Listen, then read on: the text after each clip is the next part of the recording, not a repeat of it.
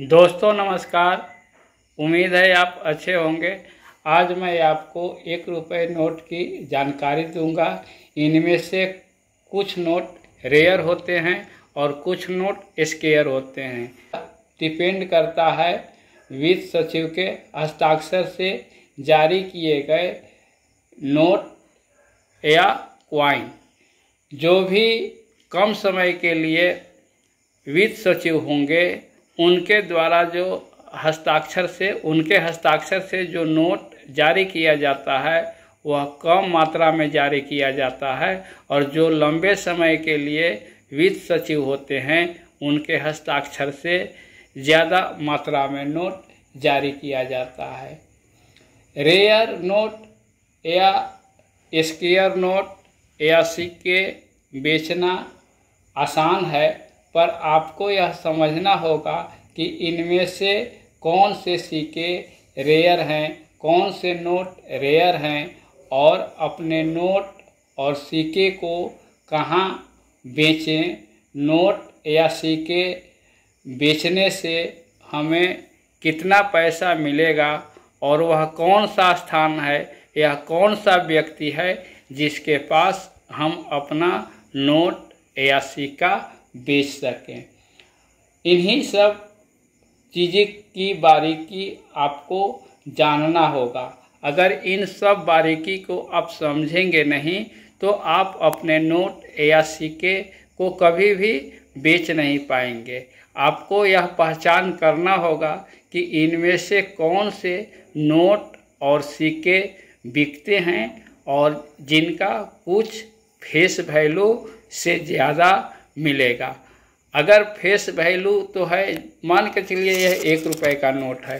अगर 1 रुपये का नोट 10 रुपये 20 रुपये भी मिलता है तो हमें यह नोट को कौन खरीदेगा। क्योंकि आम जगह पर आप जा कर के कहेंगे, परचून की दुकान पर कहें, किराना दुकान पर जाएं, कपड़ा की दुकान पर जाएं, तो यह बिकेगा तो नहीं। तो फिर इसको लेते कौन लोग हैं, यह आपको जानना होगा। और इसके लिए अगर आपके पास बहुत अधिक हो तो आप एक कलेक्शन बनाइए और अपने नोट और सिक्के को छांटिए, देखिए, समझिए कि कौन से नोट और सिक्के बिकते हैं।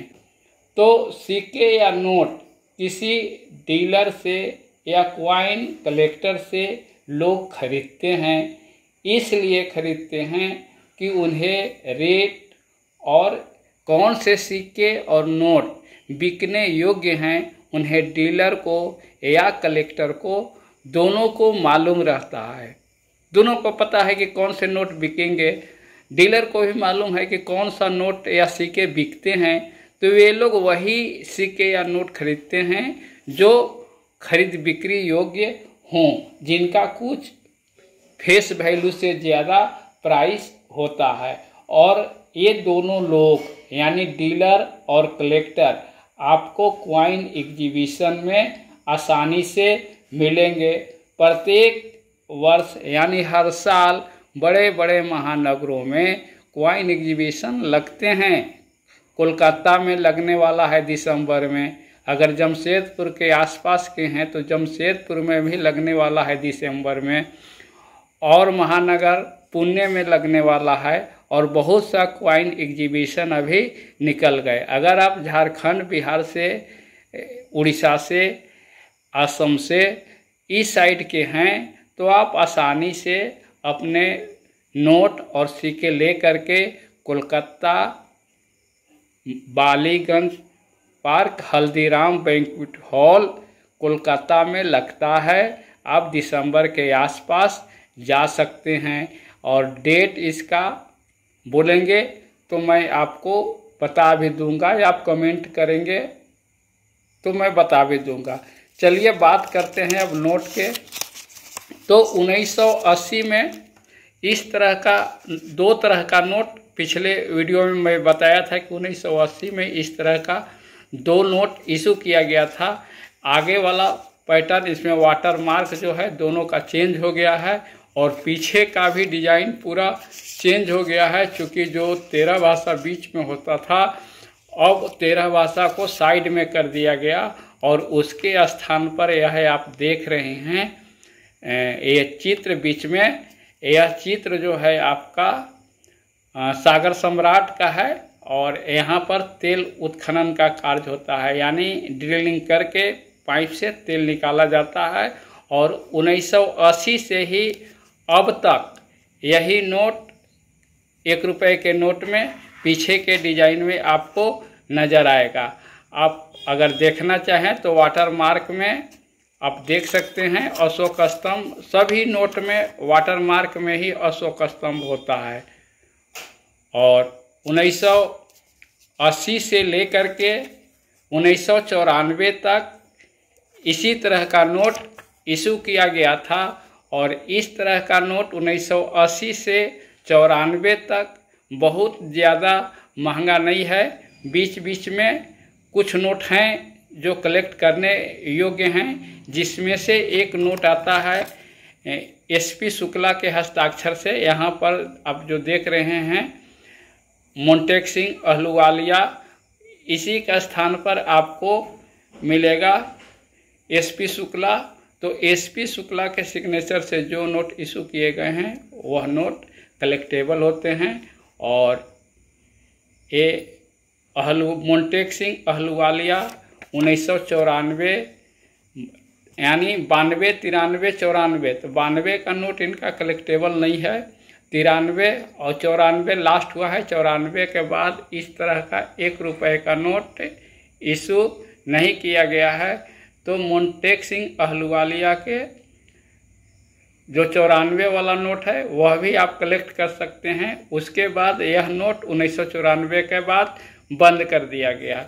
1994 के बाद सीधे 2015 में इस तरह का 1 रुपये आए, जिसका रंग बिल्कुल ही चेंज कर दिया गया है।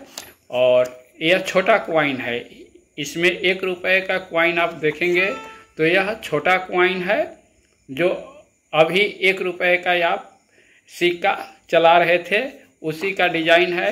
और इसमें भी डिजाइन सागर सम्राट का ही है बैक साइड में, और भाषा वही जितना पीछे था उतना ही भाषा रखा गया है, लेकिन कलर इसका चेंज है।